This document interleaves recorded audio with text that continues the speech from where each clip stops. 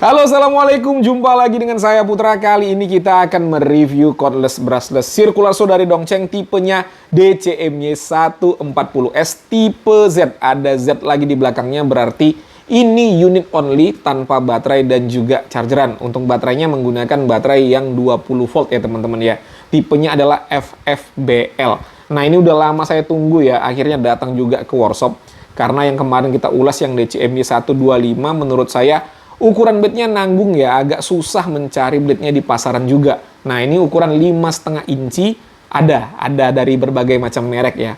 Sangat disayangkan untuk merek Dongchengnya nggak dijual di Indonesia ya teman-teman ya. Harusnya Dongcheng ya menjual juga nih untuk spare part-nya seperti circular blade-nya ya teman-teman ya. Ya mudah-mudahan ini didengar oleh Dongcheng, nanti akan datang untuk circular blade-nya. Nah, langsung saja ya kita unboxing, kita lihat apa saja yang kita dapatkan pada paket pembelian. Untuk kemasan produk dus biasa khas Dongcheng, warna krem dan juga ada list birunya. Di sini ada keterangan mereknya, tipenya tipe Z, berarti ini unit only ya teman-teman ya, tanpa baterai dan juga chargeran. Lalu ada gambar dari produknya dan ada juga beberapa keterangan untuk spesifikasi serta fitur. Nanti kita akan bahas secara terperinci. Dan ini dia nomor registrasi K3L. Langsung saja kita buka.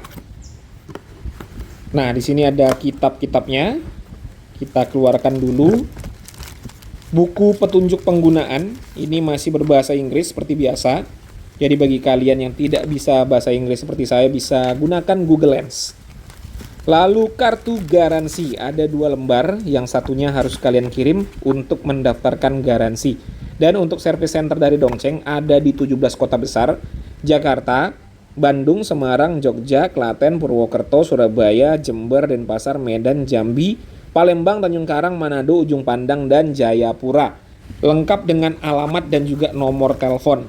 Berikutnya ini adalah blade-nya. Kita dapat blade ukuran 5,5 inci 24T. Blade-nya untuk kayu ya. Lalu ini adalah parallel guide. Udah kelihatan ya unitnya. Kita keluarkan dulu. Nah, ini dia unitnya. Kurang lebih bentuknya seperti ini. Ini sih mirip dengan yang DCMY 125 ya teman-teman ya, tetapi untuk ukuran blade-nya lebih besar. Udah kosong ya, sudah tidak ada apa-apa lagi. Untuk build quality, yang pertama parallel guide. Ini material bahannya adalah besi yang di finishing dengan cat berwarna hitam glossy. Tebal ya, ini kokoh nih. Kalau kita bengkokkan seperti ini, nggak akan mudah bengkok atau penyok. Lalu untuk blade-nya nanti langsung saja kita gunakan ya teman-teman ya, biar ketahuan apakah tajam atau tidak. Nah, kurang lebih bentuknya seperti ini, 24T. Dan untuk ukuran arbornya ini sepertinya adalah 20 mili ya. Ya, 20 mili untuk ukuran arbornya. Selanjutnya menu utama kita, unit circular saw-nya. Mirip dengan DCMY 125, beda di ukuran blade aja. Untuk material bahan yang digunakan, yang pertama untuk blade covernya ini bukan logam ya teman-teman ya. Ini adalah plastik ya, bukan logam. Ada tulisan Dongcheng di sini, stiker. Lalu untuk bagian plat base-nya ini lumayan tebal. Material bahannya sepertinya adalah stainless ya. Nih, tebal. Jadi kalau kena benturan nggak gampang penyok. Pada bagian bawah rata ya, tidak ada tekstur. Untuk blade guard-nya ini adalah plastik juga, lumayan tebal. Lalu untuk knob-knobnya yang warna merah ini plastik. Untuk mekanisme kemiringan ini besi, lumayan tebal juga. Lalu pada spindle lock dilengkapi dengan karet, mantap, jadi tidak sakit apabila kita tekan. Untuk bagian belakang ada mekanisme naik turun mata pisau, ini juga lumayan tebal, nih ya, bisa dilihat sendiri. Lalu untuk penguncinya plastik juga. Dan untuk bodi utama atau bodi yang membalut mesinnya, ini cakep ya teman-teman ya, ada embosan brushless dan untuk cetakannya rapi. Kualitas plastiknya juga oke ya. Tidak usah diragukan sih, kalau Dongcheng memang kualitas material bahannya oke. Lalu pada handle-nya ada grip karet, ini juga lembut di tangan, lumayan tebal, dan ini sangat membantu ya apabila tangan berkeringat. Ada bumper juga di bagian samping. Untuk build quality cakep. Sekarang kita akan menguji tingkat kepresisian dari blade-nya. Yang pertama kita akan lihat di sini apakah blade-nya siku terhadap plat base atau tegak lurus terhadap plat base atau tidak. Ini udah mentok ya untuk posisinya. Dan untuk tingkat kemiringannya saya buat di angka 0 derajat. Kalau memang ini presisi berarti tidak ada gap harusnya. Kita lihat sama-sama apakah ada gap. Untuk bagian tengah aman, tidak ada gap ya. Bisa dilihat ya, tidak ada celah. Lalu bagian depan sama, tidak ada celah. Bagian belakang juga tidak ada celah. Berarti untuk blade ini tegak lurus terhadap plat base-nya. Selanjutnya kita akan mengukur jarak antara blade bagian depan dan juga blade bagian belakang. Apakah sama atau tidak? Yang pertama blade bagian belakang ya.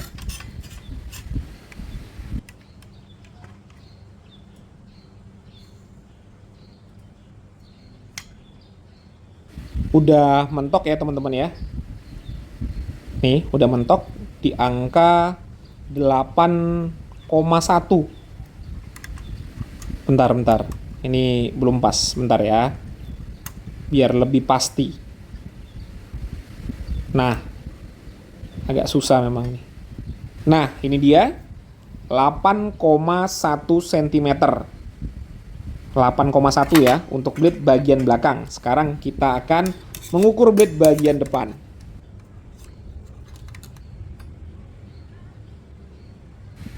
Nah, udah mentok 8,05 ya. Ini nggak sampai 8,1 ya teman-teman ya. Ada gap sedikit. Ya kurang lebih 0,5 mili lah perbedaan antara blade bagian depan dan blade bagian belakang. Nggak lebih dari 1 mili menurut saya masih oke ya. Untuk fitur yang pertama pada bagian atas ada blade covernya. Ini dia, dilengkapi dengan lubang untuk pembuangan debu. Jadi kita bisa sambungkan ke vacuum cleaner. Tinggal sesuaikan saja ukuran pipa. Berikutnya di sini ada spindle lock untuk mengunci putaran blade. Lalu ada mekanisme untuk memotong miring ya atau memotong bevel. Kemiringan sampai dengan maksimal 45 derajat. Berikutnya di sini ada slot untuk memasang parallel guide. Untuk menguncinya masih menggunakan kunci L. Lalu di sini ada fitur safety blade guard. Ini apabila kita memotong nanti akan otomatis terangkat. Selanjutnya di sini ada untuk mekanisme naik turun mata pisau. Ada angka-angkanya juga. Nah, ini tinggal sesuaikan saja dengan ketebalan yang ingin kita potong, lalu tinggal dikunci. Pada trigger ada fitur safety lagi, trigger lock. Jadi kalau kita tidak tekan trigger locknya, maka triggernya tidak akan bisa ditekan seperti ini. Nah, ini nggak bisa ditekan ya. Nah, kurang lebih seperti itu. Lalu di sini ada pengaturan speednya. Ada H berarti high dan L berarti low. Ada dua ya untuk pengaturan speednya. Terakhir, kalau kita beli baterai, pastinya ada indikator baterai. Oke ya, itu untuk fiturnya. Tergolong lengkap. Untuk uji spesifikasi, karena ini unit only, langsung saja kita akan menguji RPM dan tingkat kebisingan. Untuk baterai saya menggunakan baterai 20 volt dan untuk kapasitasnya adalah 4 Ah. Baterainya sudah saya cas sampai dengan full. Kita akan menguji pada mode low terlebih dahulu. Oke, sudah saya set di low. Oh ya, ada fitur yang kelewatan ternyata untuk circular show ini dilengkapi juga dengan LED light. Nih. Nah, kelihatan ya. Dan untuk LED light-nya sudah LED shutdown, jadi lumayan membantu kalau kita bekerja di tempat yang minim cahaya. Oke, kita lanjut lagi untuk uji RPM dan tingkat kebisingan di low.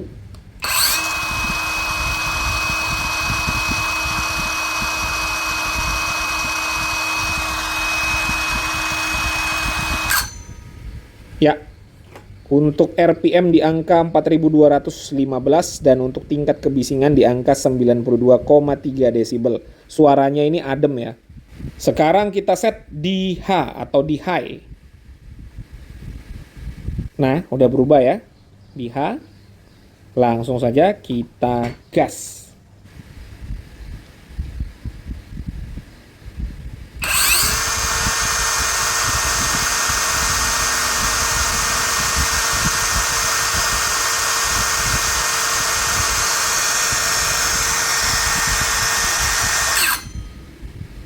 Ya, lumayan kencang di angka 6123 RPM dan untuk tingkat kebisingan di angka 94,6 desibel. Masih oke untuk suaranya, masih bisa dikatakan halus. Oh ya, untuk circular show ini juga ternyata ada fitur slow start dan juga auto brake. Nih. Langsung berhenti.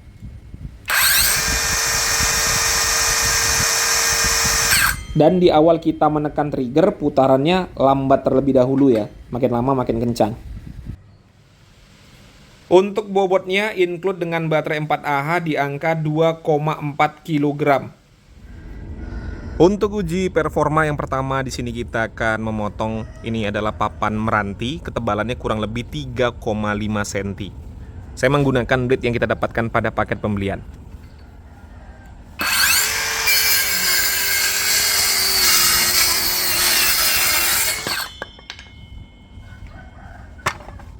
Ringan sekali ya teman-teman ya, tidak ada masalah. Untuk hasil potongannya juga tidak ada bekas terbakar, menandakan pisaunya tajam ya. Kita coba lagi.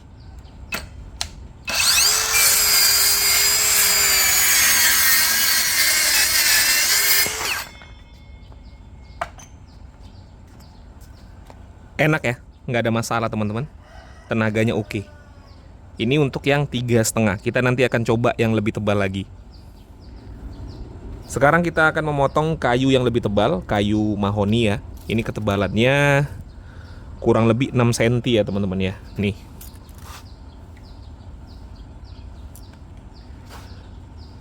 Enam cm.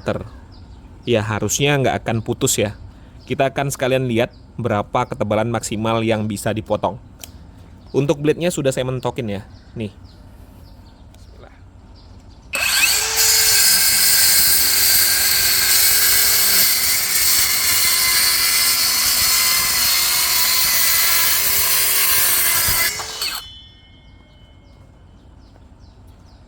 Tenaganya mantap ya teman-teman ya. Tidak ada loose power, lancar. Walaupun ini tebal ya. Sekarang kita akan cek berapa ketebalan maksimal yang bisa dipotong. Saya menggunakan alat bantu penggaris seperti ini ya.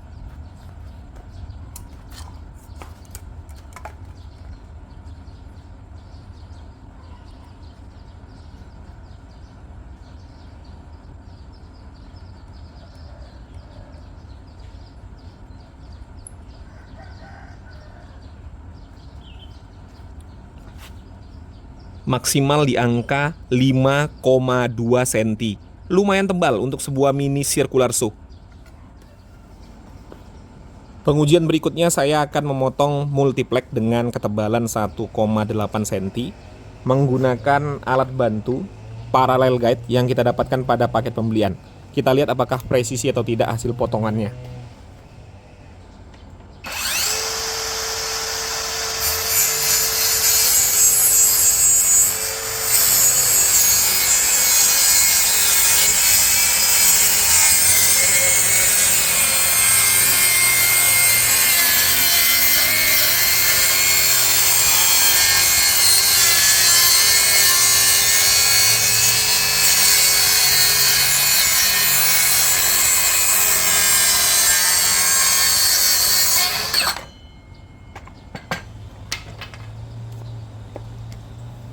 Untuk pembuangan debunya, ini bisa dikatakan efektif ya teman-teman ya. Lebih banyak keluar dari tempat pembuangan debunya daripada debu yang aur-auran kemana-mana. Nah, sekarang kita lihat hasil potongannya. Sekali lagi kita gunakan alat bantu penggaris seperti ini ya, yang ada stoppernya. Ini dia tadi hasil potongannya. Berarti kita mengukur dari sini ya.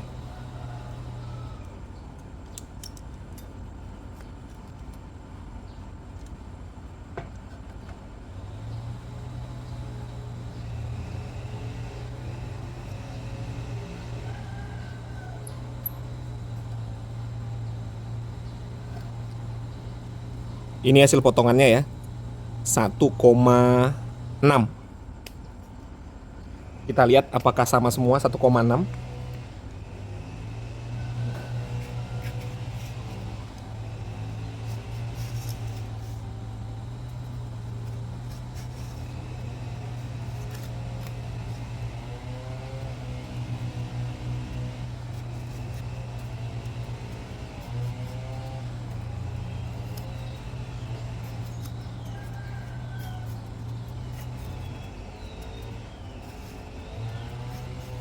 Ya, untuk hasil potongannya presisi ya teman-teman ya. Sama semua nih untuk hasilnya.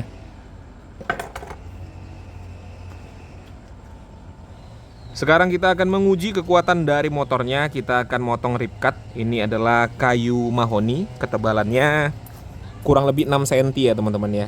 Pastinya nanti nggak akan putus. Kita hanya menguji kekuatan motornya. Apakah mampu atau tidak. Apakah ada loose power atau tidak.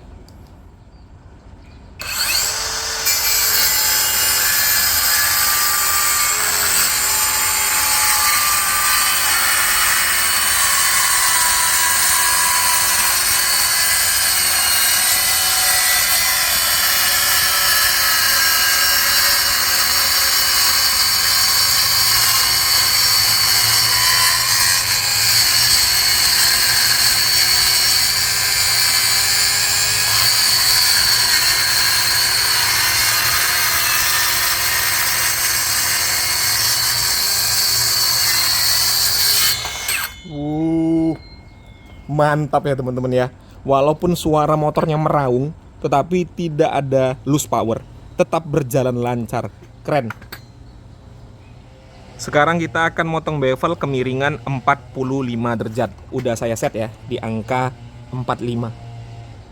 Untuk medianya adalah particle board.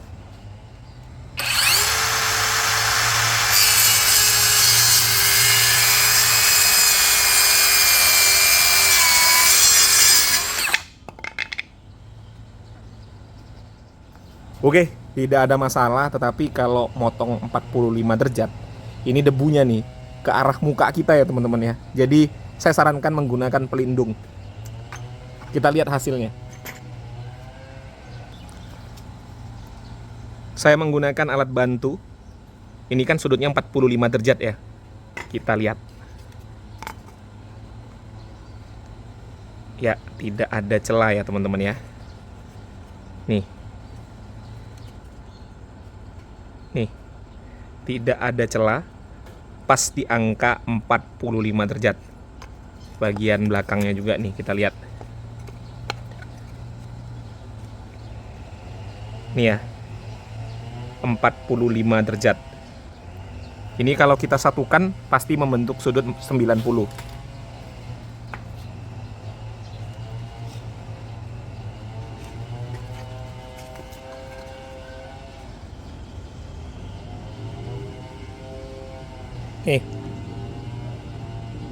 Cakep ya. Oke, itu tadi sudah disaksikan bersama-sama bagaimana saya mengulas DCM-nya 140 S tipe Z, kurang lebih seperti yang kalian saksikan. Berikutnya saya akan menceritakan bagaimana pengalaman saya menggunakannya tadi. Ini murni opini pribadi. Kalau kalian punya pandangan atau pendapat yang berbeda tidak jadi masalah. Dituliskan saja pada kolom komentar. Oke, untuk harga dari DCM-nya 140 S tipe Z ini adalah 750.000 saja. Ingat ya, unit only tanpa baterai dan juga chargeran. Harga 750.000 sangat terjangkau menurut saya untuk sebuah alat dengan kualitas seperti ini ya. Link pembelian ada pada kolom deskripsi, silahkan cek di bawah kalau kalian mau beli. Dan untuk kesimpulannya setelah saya gunakan tadi, dari segi build quality sama sekali tidak ada masalah ya teman-teman ya. Tidak ada kendala pada saat kita gunakan tadi. Tapi memang sangat disayangkan, untuk blade covernya ini material bahannya bukan logam tetapi plastik. Ya lebih bagus ya logam ya, lebih safety ya teman-teman ya. Lalu untuk fitur semuanya bekerja dengan baik, tidak ada kendala. Fitur safety-nya seabrek, ada auto stop atau auto brake, ada fitur slow start ya. Dan juga ada pengunci trigger, mantap. Ini untuk fitur keamanannya lengkap. Lalu untuk spesifikasi tidak ada kendala juga, semuanya sudah sesuai dengan spek tertulis. Dan terakhir untuk performa sama sekali tidak mengecewakan. Tenaga dari motor brushless-nya ini memang oke ya. Tadi kita memotong pada ketebalan kurang lebih 5 cm ya, 5 atau 6 cm lah, sekitar segitu kurang lebih. Tidak ada kendala, tidak ada nyangkut-nyangkut ya teman-teman ya. Semuanya berjalan lancar. Untuk pisau yang kita dapatkan pada paket pembelian juga ini tajam. Jadi kalau digunakan untuk kerja-kerja hobi ya, atau memang untuk mencari nafkah tetapi bukan kayu-kayu yang terlalu tebal, saya rasa ini bisa diandalkan. Namun yang menjadi catatan bagi kalian yang bukan pengguna tangan kidal atau seperti saya kan menggunakan tangan kanan untuk keseharian, memang agak sulit ya, atau ya agak sedikit harus dibiasakan memang karena blade-nya ada di sebelah kiri. Tapi kalau kalian pengguna tangan kiri ini malah enak sekali. Ya harga 750.000 saya rasa nggak mahal ya teman-teman ya. Udah masuk lah. Ini material bahannya oke semua. Tapi memang ya ini aja nih yang menjadi catatan. Selain itu top Marco top semua. Tidak ada masalah menurut saya. Dan juga garansinya jelas. Service centernya juga jelas. Ketersediaan spare part-nya juga dijamin oleh Dongcheng. Oke teman-teman ya, mungkin itu saja yang bisa saya sampaikan. Seperti biasa kalau ada pertanyaan, dituliskan saja pada kolom komentar. Saya Putra, Assalamualaikum warahmatullahi wabarakatuh.